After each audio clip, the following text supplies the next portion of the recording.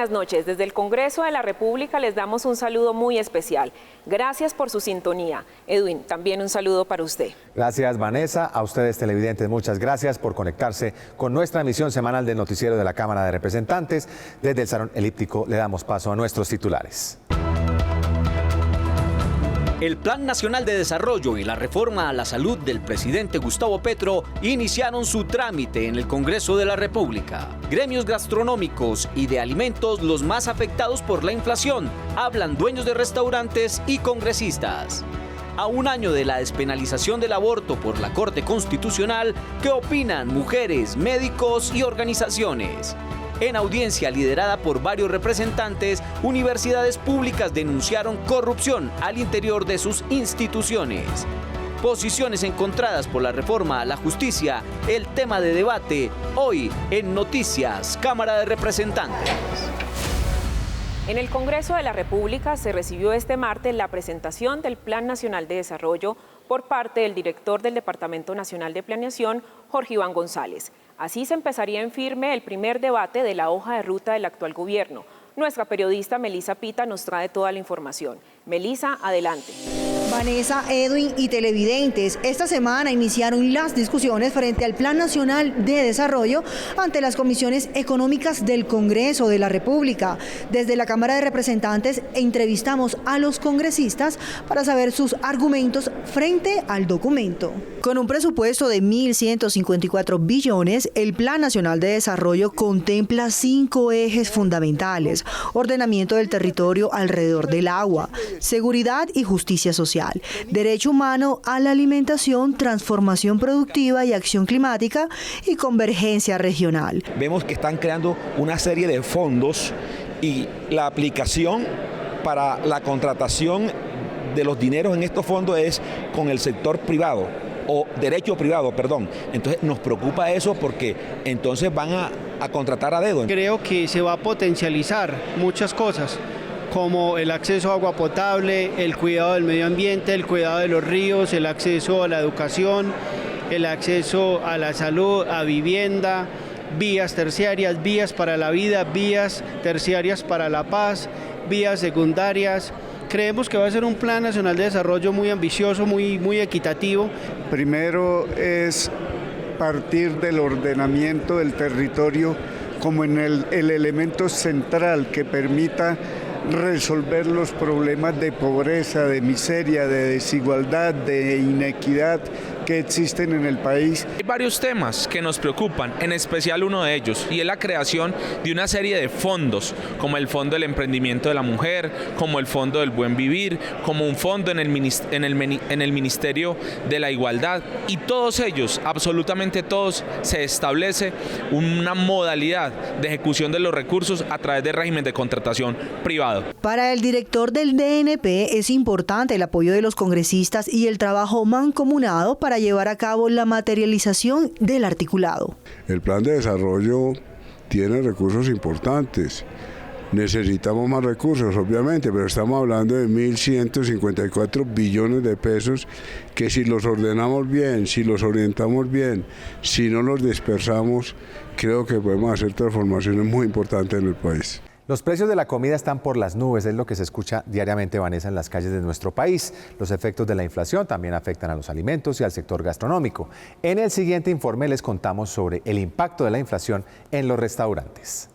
La inflación no da tregua a los bolsillos de los colombianos, dejando al sector de la industria gastronómica como el más afectado en los últimos años. Salimos a conocer las experiencias de dueños de restaurantes y panaderías. Definitivamente la inflación nos está dando muy duro, los pequeños negocios están desapareciendo, el costo de vida está muy alto. Los insumos que vienen del exterior han hecho encarecer las materias primas. Sí pedimos ayuda porque yo veo que hacia el futuro el tema de los restaurantes va a ser de la élite. La harina, el azúcar, prácticamente estamos pagando un bulto en 70, 80, ahorita se está viendo en 260. Para caracterizar las principales problemáticas del sector, se presentó en el Congreso de la República el primer reporte sectorial de la industria gastronómica 2023. De verdad es muy importante compartir este impacto de la inflación en el 2022. Porque aunque la sociedad percibe que los restaurantes están llenos, que la gente vuelve a consumir, la realidad es que no están quedando ingresos porque la inflación todo el tiempo sube nuestros costos. Representantes ven con gran preocupación este fenómeno que no parece tener un punto final. Desayuno de calentado con chicharrón en la plaza de mercado, por ejemplo, de Santa Rosa de Cabal en Risaralda, que antes costaba 11.000 pesos, hoy está costando 16, 17.000 pesos. Los colombianos no aguantamos que nos suban mal la canasta familiar, que nos toquen mal los alimentos. Por favor, aquí, ministro de Hacienda, tenemos que pensar en qué beneficio le van a ofrecer en este momento a todos los comerciantes para que no desaparezcan. Más de 5 establecimientos públicos, comerciales, oficiales, entre restaurantes, cafeterías, panaderías, se están cerrando diariamente en el país. Desde la Cámara de Representantes se trabajará para buscar las mejores soluciones al sector gastronómico del país. El 21 de febrero se cumplió un año desde el fallo de la Corte Constitucional que despenalizó el aborto hasta la semana 24. Hablamos con algunas representantes y organizaciones de derechos sexuales y reproductivos sobre este tema. Y tiemblan los machistas, que América Latina sea toda feminista. Con una jornada de pañuelazo, representantes y voceros reiteran el compromiso con el aborto libre, para que las mujeres sigan accediendo a un servicio de salud seguro y sin barreras en la atención, aunque todavía hay retos que se deben afrontar. Y esa es una gran tarea para este gobierno y para este Congreso, de despenalizar socialmente el aborto a partir de una campaña cultural que detalle por qué ese es un derecho al que las mujeres tenemos acceso y digamos que no nos quita nada ni nos hace peor persona que nadie, sino que estamos hablando de la posibilidad de que la maternidad en Colombia sea deseada. Hacerle entender a la sociedad que no es simplemente las batabebés, como dicen por ahí, sino que realmente se necesita por un problema de salud pública. Las organizaciones hacen un balance de cómo la despenalización del aborto ha contribuido al bienestar de las mujeres y qué falta para una cobertura total.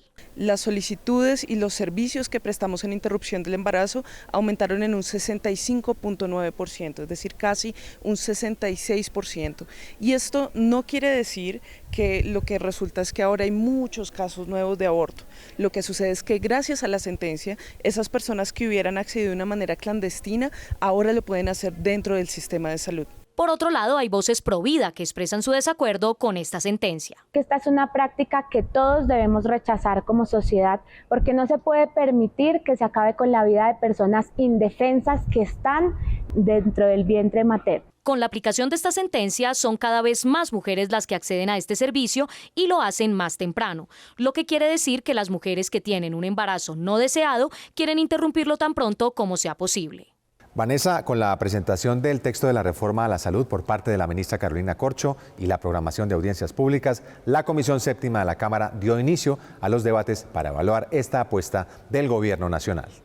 Tras la erradicación del texto de la reforma, la jefe de la cartera argumentó a los integrantes de la comisión la necesidad de mejorar el servicio y pasar de manera gradual al nuevo modelo de salud. Sin embargo, desde la oposición insistieron en sus reparos a la iniciativa.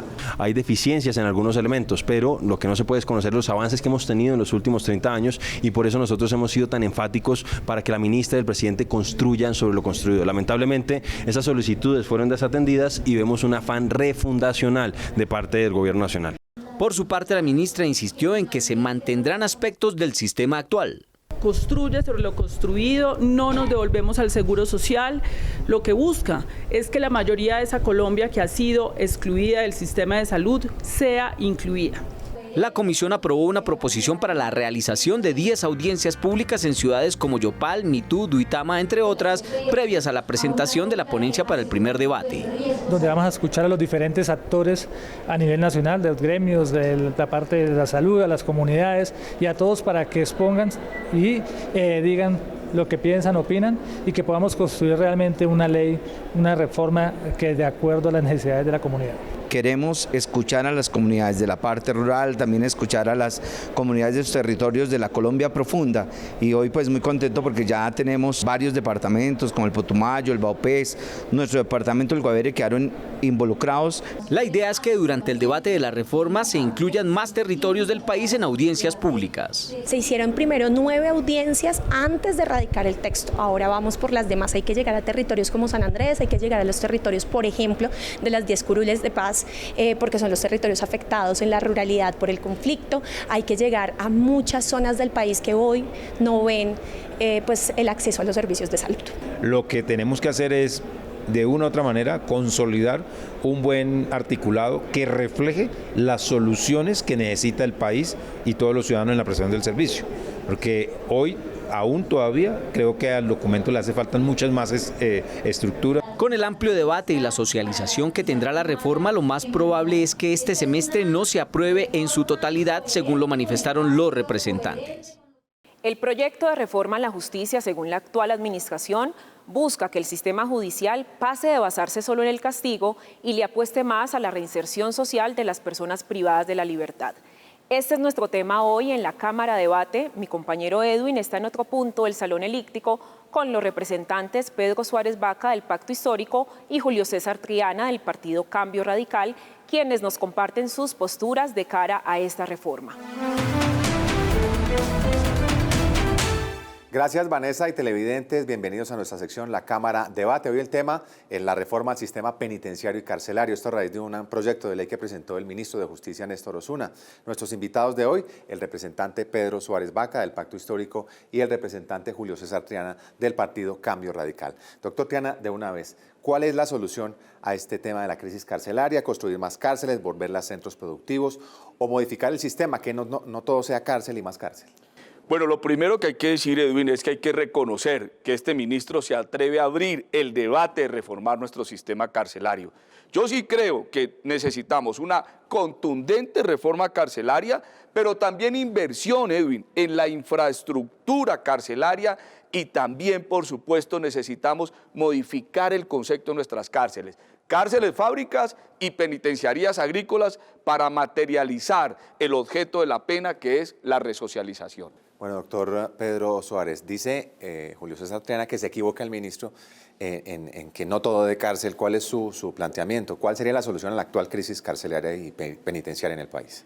El derecho penal y la penalización de las conductas, el aumento de los delitos, de las acciones punitivas, no ha resuelto los problemas sociales a los que llamamos delitos. Hay países en los que hay pena de muerte, hay cadena perpetua, y eso no ha podido resolver realmente la dinámica de la criminalidad en ninguno de estos países. En Colombia, desde el año 1993, con la Ley 40, que fue el gran aumento de las penas que llegaron en ese momento a los 40 años y que era un aumento sustancial, porque hasta ese entonces la pena mayor era alrededor de los 16 años de prisión, demuestra a hoy, y las estadísticas perfectamente nos dan cuenta de ello, que no se han reducido los delitos. Entonces la respuesta a los conflictos sociales a los que el Código Penal llama delitos no está en las cárceles, no está en aumentar las penas, crear más establecimientos carcelarios. Bueno, doctor Julio César Triana, segunda pregunta. ¿El modelo que propone el gobierno a través del ministro de Justicia, a través de este proyecto de ley,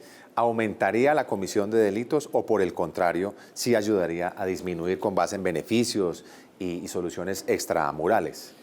De acuerdo con el doctor Pedro, no necesitamos graduar más penas ni crear más penas, pero sí atender una realidad, y es que tenemos miles de internos que no cumplen con la resocialización. ¿Saben por qué, doctor Pedro?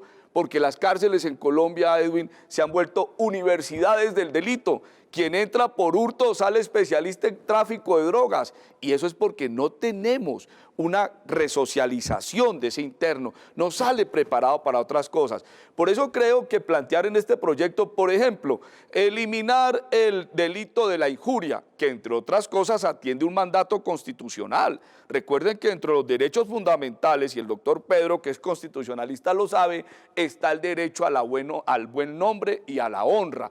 Acabar ese delito es acabar el 0,1 del hacinamiento en Colombia. pero es dejar una puerta así de grande para que se le acabe a los colombianos la posibilidad de recurrir a la defensa de su buen nombre. Claro que sí. Bueno, doctor Pedro Suárez, estos beneficios que plantea el proyecto, el hecho de que los presos puedan salir en el día a trabajar y volver a dormir en las cárceles, eliminar delitos, ¿esto ayuda a combatir la ocurrencia de delitos o definitivamente no? No, es que realmente en esta parte del proyecto de reforma no se está apuntando a la resolución de los conflictos sociales que denominamos delitos. Es decir, este proyecto no va a acabar con la criminalidad. Hoy se plantea desde el modelo de Estado Social de Derecho, que es el Estado que tenemos nosotros desde 1991, un modelo punitivo resocializador, que le dé la oportunidad a la persona de que cuando se reincorpore a la sociedad no tenga que volver a delinquir. Claro que hay que cambiar de fondo todo el modelo de prisión, porque es cierto, doctor, la prisión hoy es criminógena, allí hay un gran flujo de conductas punibles, allí se convierten en especialistas del crimen y eso hay que modificarlo. ¿Pasa o no pasa el proyecto tal cual como está radicado, representante? No, en este gobierno todo pasa, hay unas mayorías consolidadas, el doctor Pedro lo sabe, pero lo importante aquí, Edwin, no es si pasa o no el proyecto, aquí lo importante es que podamos generar consensos, que podamos construir todos. Entre otras cosas, por ejemplo,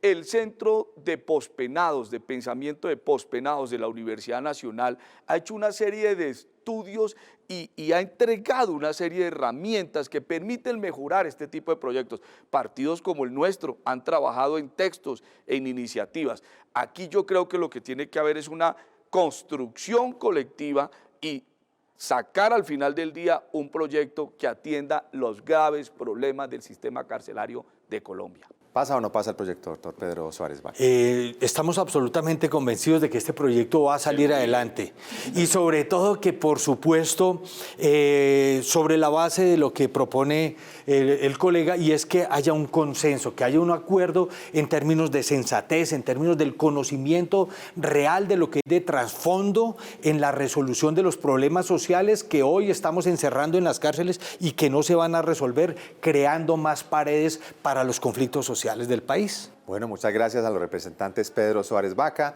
Julio César Triana. Un tema en discusión, la Cámara de Debate, sistema penitenciario y carcelario. Ustedes sacarán sus propias conclusiones. Muchas gracias a los representantes. Continuamos con más información aquí en Noticias Cámara de Representantes. Y estas son otras noticias en la Cámara de Representantes. Establecer compromisos y presentar una hoja de ruta para atender los retrasos viales en las vías de Ocaña y Catatumbo fueron presentadas en la audiencia pública liderada por el representante Ciro Rodríguez. Vamos a priorizar las vías del Catatumbo. Hay proyectos muy importantes para la región y para lo que tiene que ver con Ocaña, el intercambiador, la variante y varios proyectos más que están de por medio. Se comprometió a generarle solución a diferentes cuellos de botella que hoy tenemos en la región. La variante del municipio de Ocaña y Río Oro es una variante que atraviesa estos dos municipios, la variante en el municipio de Ábrego y la variante en el municipio del Zulia. Y el gran compromiso del señor ministro, que quedó que empezaba en el menor tiempo posible, es lograr avanzar en el intersector, en el sector del seguro social en el municipio de Ocaña. Gran parte de esas obras de Catatumbo son obras que están pero con vigencias a largo plazo. Lo que vamos a hacer es traer los recursos, las vigencias a hoy. Ya está presentada, estructurada, no es sino ponerle los recursos y que salga el tema contratación. Preocupación por el aumento en la vulneración de los derechos de las mujeres en Colombia por casos de violencia intrafamiliar y feminicidios. El hecho más reciente es el de Daisy Milady Nausil, perteneciente a una comunidad indígena del Putumayo, madre de 3 niños, quien después de permanecer 3 días desaparecida fue hallada sin vida, presuntamente asesinada por su expareja a pesar de tener medidas de protección. Varias organizaciones expresaron su voz de rechazo ante estos hechos que son una constante en el país. En lo corrido del año 2023, 28 mujeres han sido víctimas de este flagelo, según cifras de la Fundación Feminicidios Colombia. En Colombia existen 69 lenguas nativas, 65 pertenecen a los pueblos indígenas y 2 a las comunidades palenqueras y raizales. Un saludo muy especial se lo va a decir en mi etnia Puinades, del pueblo Puinades del departamento del Guainía. Hola, te doy y a Juan Guainbi paisano del departamento del Guainía te o maná conmemorando el Día Internacional de la Lengua Nativa. Las lenguas nativas no solo sirven para la comunicación, hacen parte de la sabiduría de los pueblos y comunidades étnicas. Esta semana se conmemoró su día. Y la importancia de la lengua materna y la nativa es con lo que nosotros nos identificamos y la madre naturaleza nos ha encomendado y nos ha protegido milenariamente, y es muy importante recuperar y que cada una de las familias indígenas puedan practicar o hablar esa lengua nativa. Colombianita y Pacífico Cabrera están de nuevo aquí en Noticias Cámara de Representantes. Estuvieron esta semana hablando con el representante Cristian Avendaño del partido Alianza Verde sobre delimitación de páramos, minería ilegal y comunidades campesinas. Cristian, hubo una reunión con el presidente Petro del Partido Verde. ¿Usted estuvo allá? Sí, señor. ¿De qué hablaron? Sí, estuvimos hablando de diferentes reformas que se van a presentar, dentro de eso la reforma a la salud, estuvimos hablando del Plan Nacional de Desarrollo, de algunas inconformidades que a bien lo tiene el partido presentarle al presidente para que lo tenga de manifiesto. Pregúntele por lo de la delimitación de páramos. La delimitación se la inventó Santos I en el primer plan de desarrollo como un mecanismo de protección de los ecosistemas estratégicos de páramo. Entonces dijo que el mecanismo de protección era trazar una línea a través de unas curvas de nivel y decir de aquí para arriba no pueden hacer nada, de aquí para abajo pueden hacer todo. O sea que yo creo que es un error. Aparte, en Santander puntualmente se están haciendo procesos de delimitación, se están adelantando procesos de delimitación con cifras, con datos de estudios técnicos, sociales, ambientales y económicos del 2008 y del 2012. Es decir, no saben dónde están los campesinos, qué siembran, cuánto siembran, no tienen ni idea hoy cuántas son esas cifras para saber qué impacto va a haber, a cuántos campesinos se va a afectar, qué posibles alternativas de producción se tiene para los campesinos. ¿Y eso está ligado a la minería ilegal? Eso está muy ligado sobre todo en el páramo de Santurbán, por ejemplo, allá también en Santander, porque allá, digamos, intentó entrar en 2 oportunidades la megaminería, la minería a gran escala de multinacionales, y esa megaminería que intentó entrar, la manifestación ciudadana salió a las calles masivamente y lo impidieron. Y a raíz, digamos, de todo ese movimiento social y ese movimiento ambiental que se levantó y dijo no a la megaminería en los páramos y en el páramo de Santurbán, pues no hubo un plan de manejo y abandono de esa mina. Y como no hubo plan de manejo y abandono, llegó la minería ilegal al páramo y por eso tenemos ahora unos niveles de contaminación por mercurio históricos que nunca antes se habían visto en la bocatoma del acueducto metropolitano. Le voy a pedir un favor, ¿será que me puede dar de comer a Colombianita? Doctor Cristian nos promete que va a trabajar por los campesinos de Colombia, concretamente los de Santander que usted representa. Ahí estamos en la Comisión Quinta, se viene la reforma agraria. Dentro del Plan Nacional de Desarrollo modificaron 6 subsistemas y crearon 2 de la reforma agraria, pero hay que ver qué va a presentar la ministra de Reforma Agraria, que es una deuda que se tiene hace más de 60 años, y ahí vamos a estar debatiéndola y acompañando y socializándola con los campesinos en el territorio desde la Comisión Quinta. Bueno, no nos vaya a dejar como tiene a Colombianita ahorita, doctor. Listo, sí, señor. Porque todo el mundo habla de paz, pero nadie se compromete. Hoy el compromiso del doctor Cristian Avendaño. La paz sea con usted, Colombia. Edwin, y quiero contarle que más de 7 universidades públicas presentaron sus denuncias sobre corrupción y antidemocracia en una audiencia liderada por representantes de la Cámara. Así es, Vanessa, autoridades del sector abrirán las investigaciones pertinentes luego de recoger todas las exigencias expuestas por estudiantes, profesores y trabajadores del sector. La corrupción es uno de los flagelos que continúa afectando a todas las universidades públicas del país. Representantes de las instituciones educativas presentaron sus denuncias al gobierno y solicitaron más acompañamiento del Congreso para erradicar este delito que ha venido afectando el sistema educativo del país. La persecución sindical, del decremento académico que viene pasando en la universidad, de los presuntos malos manejos de los recursos. Un caso muy claro fue la reelección del rector Fabio Buritica, que se da en un momento donde no todos los del Consejo Superior cumplían los requisitos. Y es como hoy las universidades públicas, que precisamente pertenecen a todas, todos y todes, se encuentran permeadas por unos escenarios antidemocráticos y de corrupción que impiden garantizar el derecho a la educación superior. Con evidencias y con argumentos nos han mostrado cómo la universidad lamentablemente no es ajena al fenómeno de la corrupción. Necesitamos que la composición de los organismos de dirección universitaria expresen realmente los intereses de la comunidad estudiantil, profesoral. La Secretaría de Transparencia y otras autoridades judiciales recibieron todas las denuncias y se comprometieron a realizar las investigaciones pertinentes para cada caso. Estamos mirando qué está pasando con las amenazas a trabajadores y estudiantes por denuncias de corrupción. Estamos viendo qué está pasando con los escalafones de los docentes que al parecer no están siendo muy transparentes en las publicaciones de sus artículos científicos y toda la contratación pública de las universidades. Hacer control político es parte fundamental de las funciones de la Cámara de Representantes, por lo que se le pondrá lupa a las acciones que desde el judicial se tomen al respecto. Y esta fue la semana de actividades del presidente de la Cámara, David Racero, aquí en 60 segundos. Esta fue la semana del presidente David Racero en segundos. Se reunió con los 7 presidentes de las comisiones de la Cámara, el ministro de Interior Alfonso Prada y la ministra de Salud Carolina Corcho para hablar sobre el trámite de la reforma a la salud. Tras el encuentro ratificó la decisión unánime de tramitarla de manera ordinaria en la Comisión Séptima.